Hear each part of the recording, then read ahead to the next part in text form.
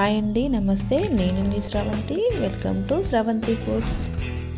ఈరోజు మన వీడియోలో చూడబోయే రెసిపీ వచ్చేసి సింపుల్ అండ్ ఈజీగా ఎంతో టేస్టీగా ఉండే ఒక మంచి రెసిపీని చూపించబోతున్నాను.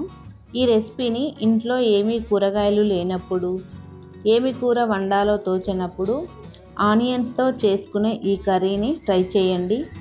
టేస్ట్ చాలా బాగుంటుంది. ఓసారి ఈ కర్రీని టేస్ట్ చేశారంటే మళ్ళీ మళ్ళీ చేసుకొని తింటారు, అంత బాగుంటుంది. ఇప్పుడు దీని ప్రాసెస్ ఎలానో చూద్దాం. ముందు ఇలా ఒక బౌల్లోకి కొద్దిగా చింతపండును శుభ్రంగా కడిగి వాటర్ పోసి నానబెట్టుకోవాలి. తర్వాత నేను ఇక్కడ మీడియం సైజులో ఉన్న ఆనియన్స్ని 8 తీసుకున్నాను. వీటిని వీడియోలో చూపిస్తున్న విధంగా ఒక ఆనియన్ని 4 పీసులుగా పూర్తిగా కట్ చేసుకోకుండా ఇలా వీడియోలో చూపిస్తున్నట్లుగా కట్ చేసుకోవాలి. ఇలానే అన్నీ కట్ చేసుకోవాలి.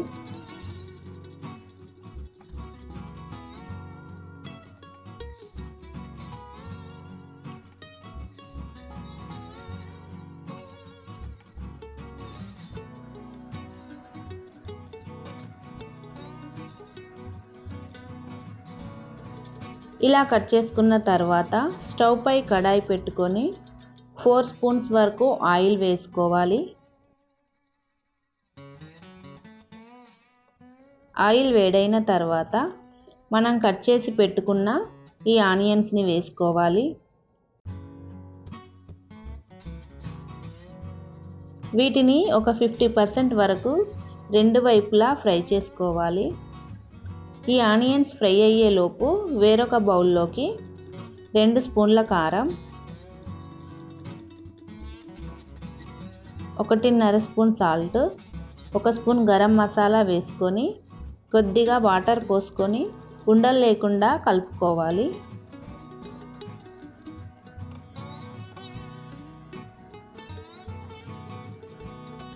ఇప్పుడు ఈ బౌల్ని పక్కన పెట్టుకుందాం. చూడండి, ఆనియన్స్ కూడా ఫ్రై అయినాయి. వీటిని వేరొక ప్లేట్లోకి తీసుకుందాం.